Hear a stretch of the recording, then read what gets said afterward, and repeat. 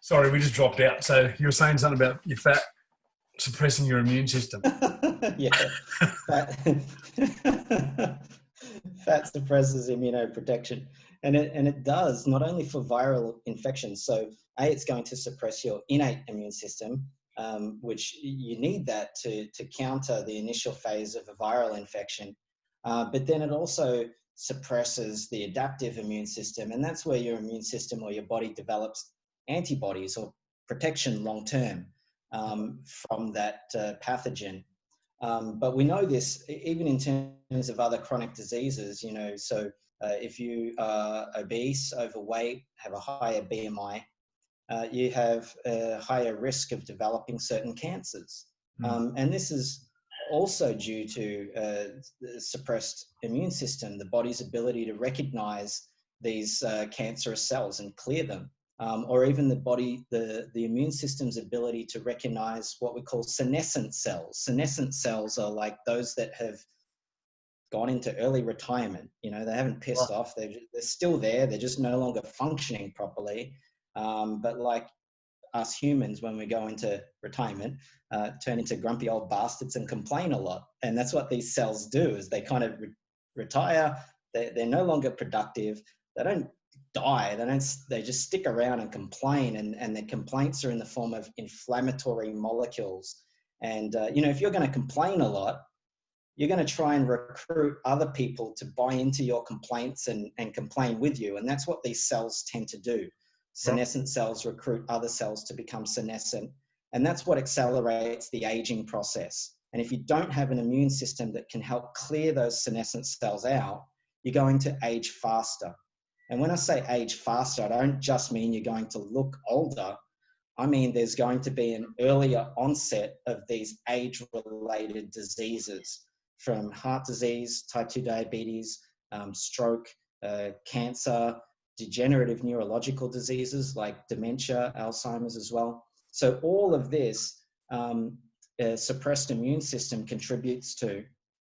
It's interesting with COVID-19, not only is there a lot to learn about this virus, it's an amazing virus, and the responses in people it's fascinating to see the scientific literature that's coming out. But one of the cool things to study with this virus is the host animal, and that's the bat. It was identified, we think it's the horseshoe bat.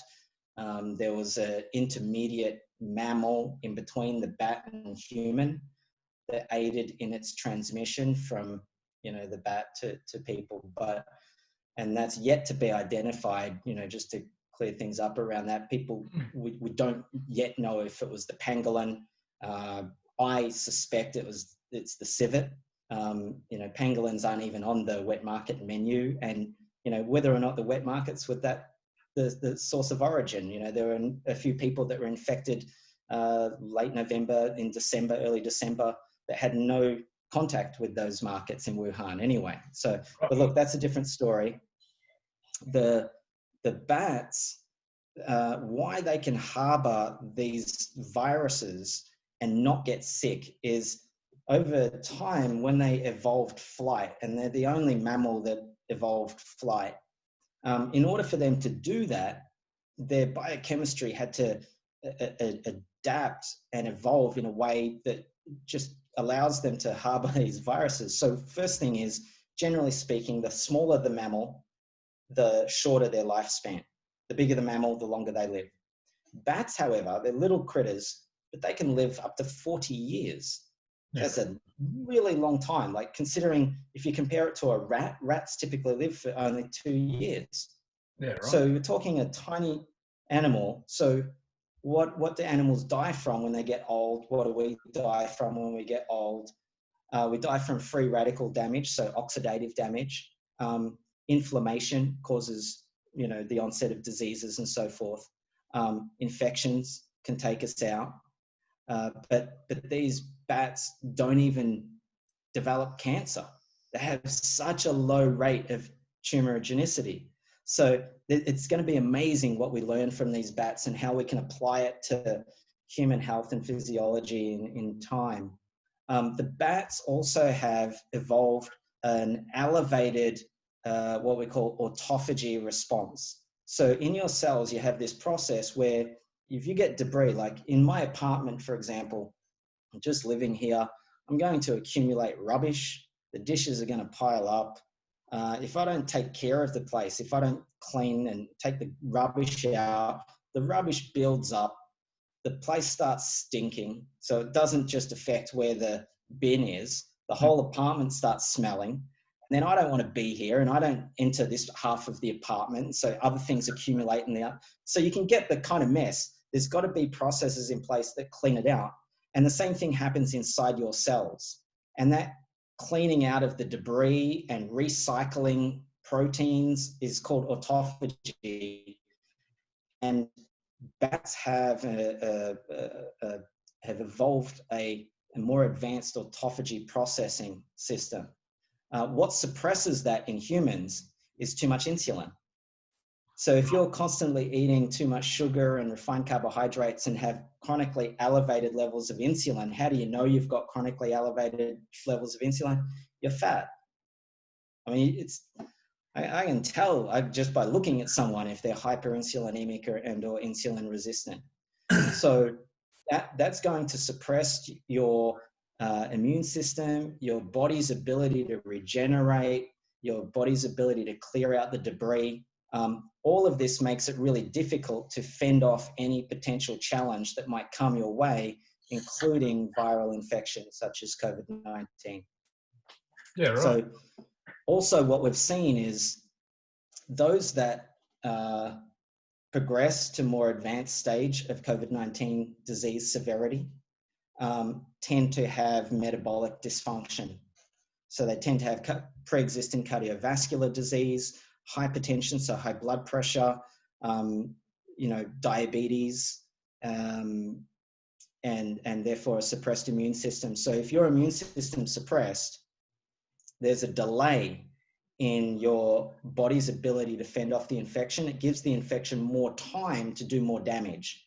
So it accelerates the disease process, and then it makes it harder for you to recover or fight it off. Right. And, it's not pretty at that end stage.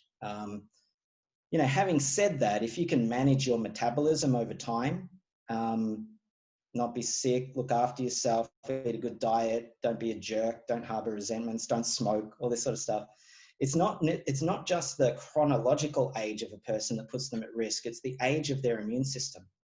I know of someone who was 93 years of age who came off one of the cruise ships, and he tested positive for COVID-19, but he was asymptomatic at 93 years of age. His immune system held it at bay and it didn't affect him. Now that speaks to the reason why he was able to live he's able to be at that age, 93, healthy, travels the world, enjoys life. That's an indicator of he's got a relative to his chronological age, a younger immune system, more robust immune system.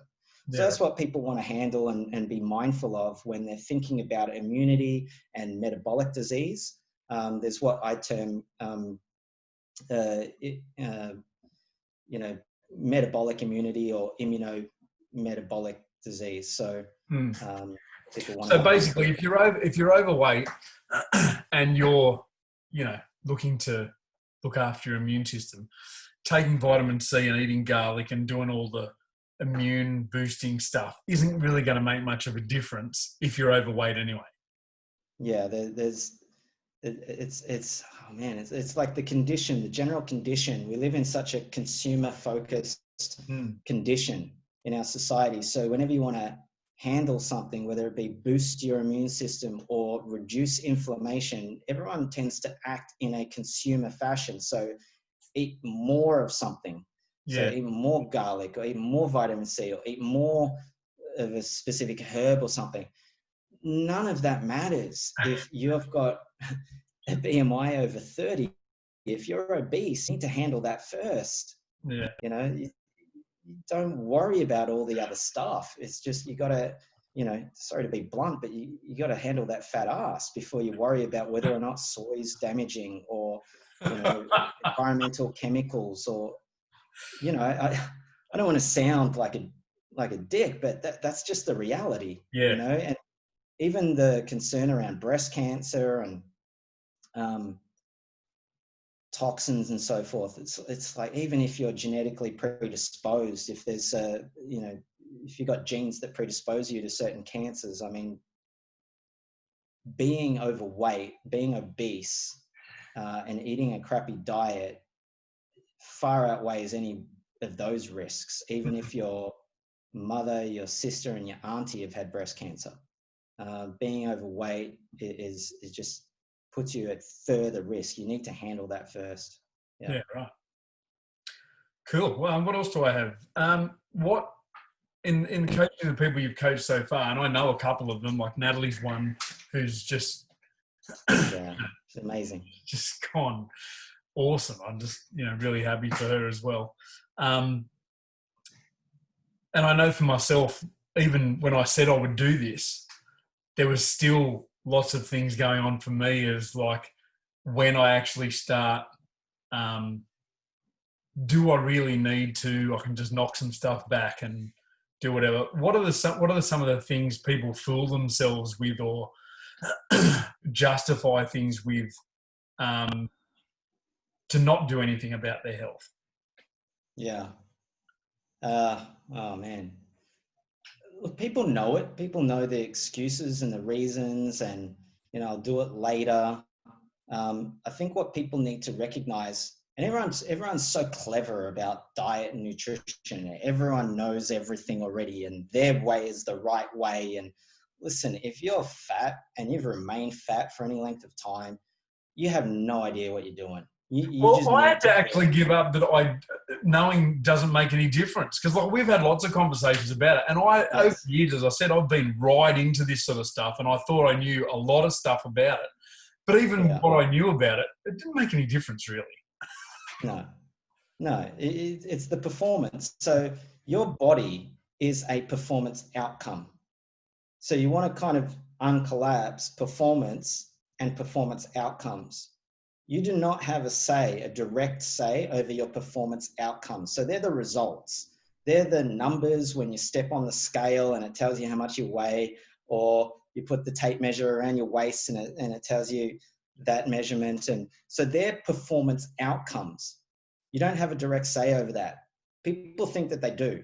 Like, you can't want to be thin and end up thin. Wanting doesn't produce the result.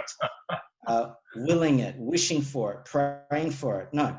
So that would be like if you're playing basketball, standing in the middle of the basketball court, staring at the scoreboard, hoping it will change, right?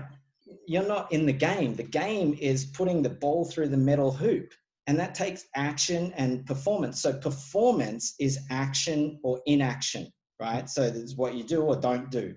And that's what people need to focus on.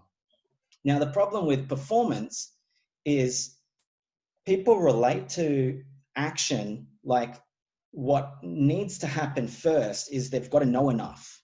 If I have all the knowledge, then I'll be able to act the right way to get the result that I really want. Or if I feel the right way, or if I'm inspired enough, or if I trust you enough. It's like, no, you've just got to do what actually works. I have this, I'm giving away all my IP here. This is, but I have this conversation where I ask people, say you and I were in this exact same make and model car, right? So it's a Maserati, right? Gran Turismo, latest model, right? Exactly the same cars. I'm in one, you're in the other. We're at the start line. The finish line is a little bit down the way in a straight line. And I'm in the best mood. I've had the best day, week, month. Everything I touch turns to gold. I'm just super excited. I love Italian cars. I'm looking across at you. I can't wait to kick your butt, right? And, bring it on. And then you're in the other car and you're like down and out. You've dealt with some bad news that day. It's been a really crappy week, really crappy month. Everything you touch turns to crap. And you hate Italian cars and you hate me right now. And you certainly don't want to be in this race, right?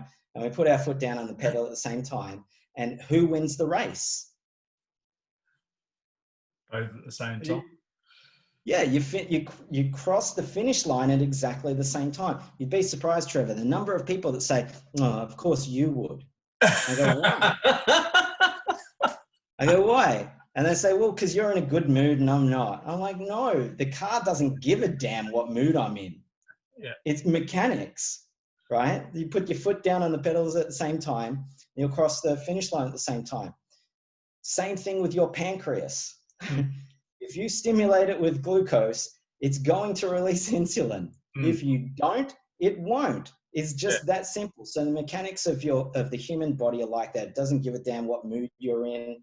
If you literally eat this number of calories, if you modify your macronutrient composition in this particular way, if you ensure you get a decent volume of food to ensure your gut is always stretched every day, if you make sure it's nutritionally complete so you're not missing out on any micronutrients, and you're getting coached along the way so you get educated, you understand your eating habits, your behavioral habits, you understand your relationship to food, and that gets transformed over time.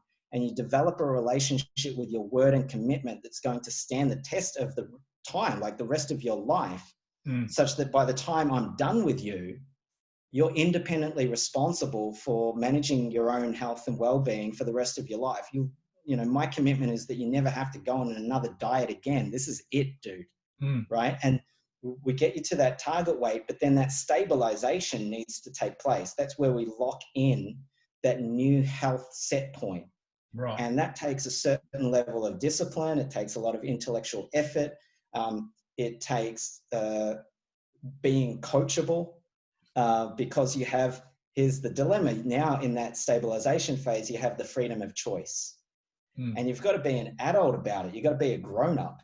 And unfortunately, we don't have an adult brain. I know. You know, we have this juvenile brain, kind of arms crossed, stomping feet, saying, "But I like my wine and cheese and chocolate." And it's like, well, me too, but how do you like a heart attack? So you got to pull your big boy and big girl panties up and be a grown-up about it. Because the problem is you end up continuing that probable, almost certain future of a juvenile brain, a snot-nosed teenager brain, trying now to manage an adult aging body. And it just rarely goes well. And that's why chronic disease or disease chronicity is so rampant. Like I said earlier, 2/3 of the adult population are overweight, 1/3 are obese, 1 in 4 children are overweight. This next generation will be the first generation in the history of mankind not to live as long as the generation before.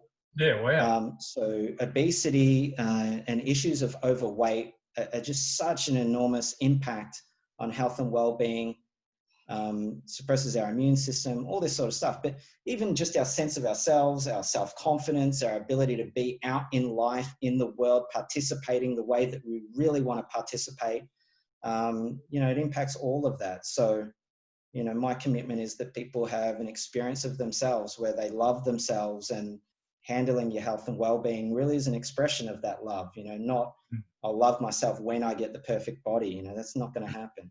It's got to start. I think for me too, it's been like, you know, as far as the heart attack thing, or, you know, something health-wise, it's doing what I've been doing. That hasn't happened, and it continually hasn't happened yet.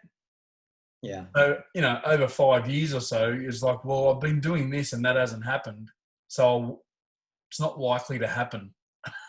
Yeah. Not that that's true. I mean, I think that's true, but that's the falsehood you live in. People make the mistake of thinking that it should be easy.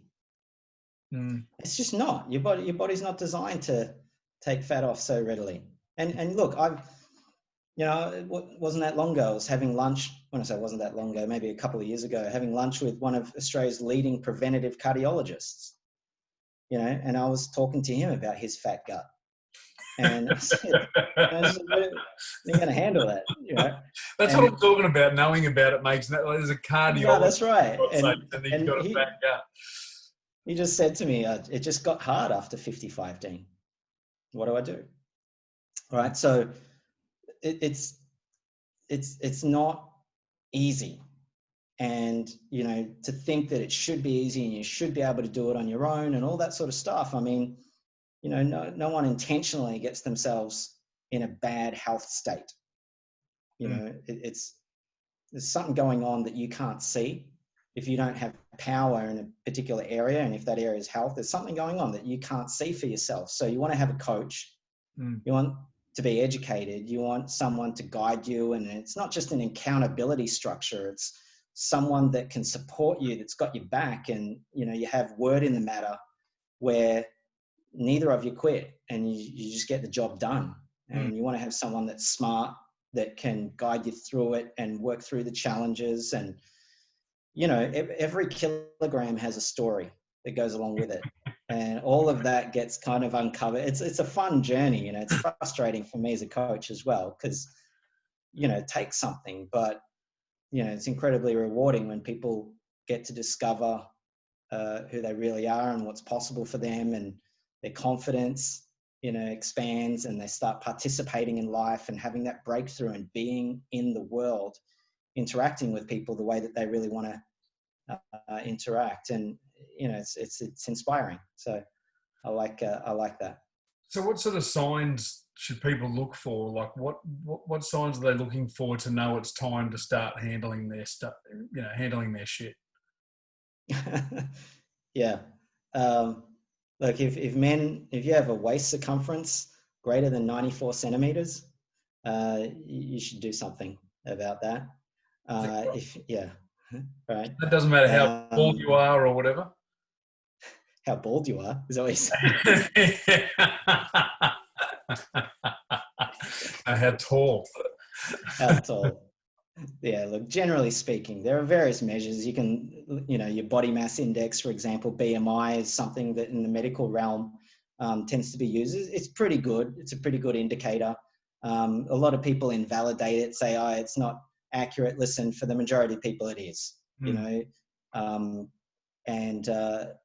if you've got high blood pressure, if you've got high blood glucose, if your cholesterol's high, these are all indicators of metabolic syndrome.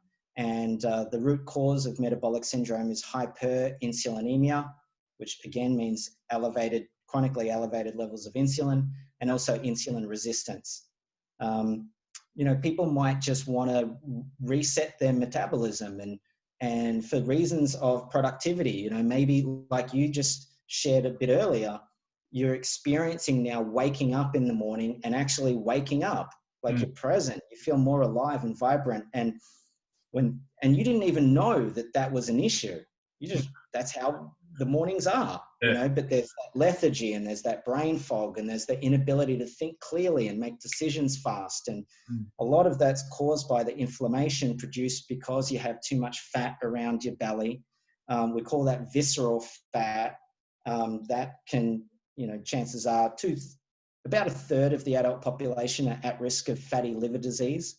And this is non-alcoholic fatty liver disease. Currently, there is no pharmacological therapy to treat that. So there's no drugs to treat that.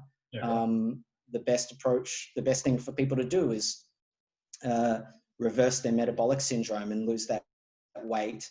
But it's not just about the weight. It's more about the hormones and restoring vitality. So we can increase not just the quality of life, but the quantity of life as well. We want to expand your health span as much as we can, so you don't have this decline after 55 years of age. You kind of have pretty decent health up until about 80, and then there might be a decline after that, depending on how long you want to live. But that's the intention. It's not we're not all going to live to 120, 150 years, but how many years of health can we be responsible for? And in doing that, how can we increase or improve our productivity, our being in life? And, you don't want to end up a burden on those that you care about either, your children and family and so forth. So, that's what I mean about being an adult, and you got to handle your health and be responsible for that. And so are men and women different too? That's another question I had. Is it is it different for men than it is for women, and how and why, if so? And I mean, look, there's the gross physiology that's different. So men will lose weight faster because we have generally speaking, more muscle mass. And as I said earlier, muscle is the primary calorie burner. So you're going to burn through calories faster. Yeah. Also, men's hormones are like this. Women's hormones are like this, right? So depending how old the female is, during menstruation, they might retain fluid and, so the weight won't be as linear as men, the weight loss. In my experience of coaching, women tend to cheat more than men do. They tend to be a bit smarter than men, so they think about things more. But it's not just that. It's because their hormones are like this, their mood is also altered and cyclical. So, that takes some training and to be powerful in the face of these altered mood states. Men tend to just do what they're told. So it tends to be pretty linear with men. They're the general issues. I mean, there are certain things to be responsible for. I mean, there's been a number of my female clients that have fallen pregnant, even when they've failed to be pregnant or get pregnant with, in vitro fertilization or whatever. And then I coach them and we restore health and vitality and they fall pregnant. So one of the reasons for that oftentimes is the excess estrogen that's locked up in the fat tissue that gets released. So with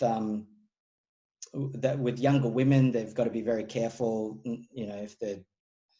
if they're sexually active, even on the oral contraceptive pill, sometimes that won't cut it. So their partner needs to wear a condom, otherwise they will get pregnant. But a lot of women who have seen me to handle their health wanted to get pregnant. So it was a really That's a bonus. very fulfilling outcome when that happens, to see these couples, have that result. So with men, what do I see in men, particularly post mid 40s, even as young as 40, I see motivation really come back again. Mm-hmm. And that too is a big issue because men, we convert when there's too much fat. There's an enzyme in our fat that converts testosterone to estrogen. So the fatter men are, you end up with less testosterone and more estrogen, and this affects brain function. It affects motivation. It affects just the willingness to be up for the game, not just sexually, but just in life, like that vitality to participate in life. So it has a real impact on mood states, and particularly if you combine that with life breakdowns like relationship breakups and unemployment issues and financial hardships and loneliness, that the statistics around self-harm in Australia are, just ridiculously high. And so basic health physiology and managing nutrition and understanding what's going on in that sense can make a big difference. So I do see people get their mojo back again, which is really great. And people start getting their creative juices flowing and getting up to things that excite them. So, that's a big deal. Men start to own their masculinity again. It's cool. It's really cool. And I had one question as well of like, for people that can't, and this is going to sound the complete opposite to what we've been speaking about, but people that can't put on weight. I had a message in the week saying, how do I can't put on weight. A, is it worth doing? And they were female as well. And B, if so, how? Yeah. Well, there's a few different things to be responsible for. It's not just about eating more, right? So you want to put on the right kind of weight. So I'm assuming that this person wants to build muscle, right? And you don't want to put weight on with fat. I mean, if you want to put fat on, just eat carbs and fat, and over a period of time, and you be consistent with that, you'll put weight on, right? You want to also make sure it's really hard to do it healthfully, though. I've tried. You have to start eating kind of the junk food stuff. a lot of the time, but you can do it. You just got to consume the sheer volume of food and the amount of calories to put the weight on. It can be done. You want to make sure that you don't fall into the trap of sarcopenic obesity, which tends to happen when we get older. Sarcopenic obesity, the sarcopenic refers to muscle wastage and obesity happening at the same time. So older people, particularly in aged care facilities, for example, they get fed a lot of carbohydrate foods and not enough protein, because protein's expensive, carbohydrate's cheap. So that's how their diet gets managed a bit, and they're not so active. So they lose muscle, they gain fat. Now, this is detrimental to their age, to their health in the elderly years. For younger people, if you want to gain muscle, there's a few things you need to be responsible for. You've got to make sure you handle your gut microbiome. That can have a big impact on the way you process and absorb nutrients. You want to make sure that you get adequate amounts of protein to protect the muscle that you've got and to even help build that. Obviously, if you're wanting to build muscle, you've got to stimulate it. There's a stress. Now, when you stress the muscle and then the body assesses, hang on a minute, is it worth investing energy into the synthesis of new proteins to build the mass of that muscle? So the body does somewhat of an accounting, and it looks, is there a sufficient supply of amino acids to then invest in synthesizing more protein in the muscle to deal with the stress? The body doesn't account for all of the amino acids. It just looks at, one, like isoleucine, which is a branched chain amino acid, and it'll say, is there enough of that? Typically, it's around 3 grams a day. Have you consumed at least that amount? Then the body goes, okay, there's a sufficient supply of protein coming in. I can invest in the synthesis of more muscle. And then people can put weight on in that way, okay?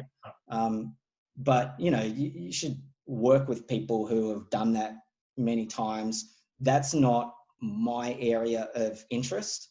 I tend to work more with people who the opposite, they've overweight, they're metabolic, and not always fat. Sometimes people have metabolic dysfunction, but they're not that big, but they want to handle the inflammatory issue or, the autoimmune condition that they're dealing with. And we give their body a break from glucose toxicity for a period of time. We rebalance their hormones, we reduce the inflammation, and we give the body the opportunity to heal itself. And, it's amazing when that happens. Yeah, I mean, for me, I know, like I said at the start, I'm not massive, but as you know, I've been dealing with gout fairly regularly the last couple of years as well, which, I can take medication for and whatever, but that just masks the cause of me getting the gout. So that was something I wanted to handle too. By the way, if that gout, the history of gout, it may flare up again whilst you're on protocol with me, and I'm coaching you, just because the acidic nature of ketones. So as we put your body into ketosis, nutritional ketosis, and you're primarily just churning through your fat. So what happens is the triglycerides that are stored in your fat undergo what's called lipolysis. So lipo referring to fat and lysis meaning the breaking up of. So those fatty acids get freed up from the glycerol. They get transported to your liver, and your liver will convert them to ketones. There's 3 main ketones, acetone, acetoacetate, and beta-hydroxybutyrate. So then your body, your cells will utilize those ketones as a fuel source versus glucose because you're not eating enough carbohydrates. There's no such thing as an essential carbohydrate. No. There's essential I amino read acids. that 20 years ago in a bodybuilding magazine. Don't eat carbs. There's no such thing as an essential carbohydrate. Yeah, scientifically you don't need them, but they do serve a purpose. So I'm not making carbohydrates the bad guy. When we transition you back out of this kind of unbalanced dietary phase, we'll reintroduce carbohydrates, more of a Mediterranean style balanced diet approach where, you'll consume about 0.8 to a gram of protein per kilogram of body weight. About 25-30% of your total caloric intake will come from fat, good quality fats, olive oil, avocados, etc., fish oils, and the rest carbohydrate balance primarily from vegetables. And at that point, we'll also reintroduce regular consumption of moderate amounts of wine, consistent with the Mediterranean diet as well. So, but not whilst you're in ketosis. I don't want you drinking any alcohol. But the acidic nature of the ketones may flare up your gout. Make sure you tell me if that happens. Yeah, I will. There's a couple of things we can do. We can buffer it with some, buffering agents, bicarbonate type things that you can take, and also increase the water consumption in a day just to help flush that out. I don't know if I can drink any more water, Dean. Yeah, drinking a lot. Yeah, but you need to rehydrate, because when you restrict carbohydrates, you're going to urinate a lot. Because if you drop your carbs, insulin will drop as well. One of the things that insulin does is it causes your kidneys to retain sodium and fluid. And so when you drop your carbs and your insulin, you'll diurese, you'll dump all that fluid, you'll urinate a lot. You'll think it's because I'm making you drink so much water. No, you're urinating because we've restricted carbs. You have to drink the water to make sure you remain hydrated, because for lipolysis to happen, the breaking up of the fat, water is required for that reaction. So if you're dehydrated, you won't be able to access your fat efficiently as a fuel source. Right. Yeah. That's so just drink more water, 3 liters. Look, I mean, the National Institutes of Health say men ought to consume 3.7 liters of water every day. Wow. Now that includes water in foods that we consume as well. Yeah. Right. But at the moment, I've got you drinking minimum 2 liters a day, and that's minimum. Yeah. So you could increase the efficiency of your fat loss by increasing the volume of food in your gut, because processing that through your gut burns calories, and also increasing the water intake. Yeah, cool. Yeah. Well, I think that's been pretty informative. Thanks for jumping on the call with me. My pleasure. It's like my throat's like. I'll post them up and give your voice a break, and we'll and we might record something a bit later if anyone's got anything else to ask after I post. Yeah, collect those questions, and happy to answer anything that anyone wants to know. Yeah. Awesome. Great. Thanks, man. Thanks, man. Talk to you shortly. Bye. See ya.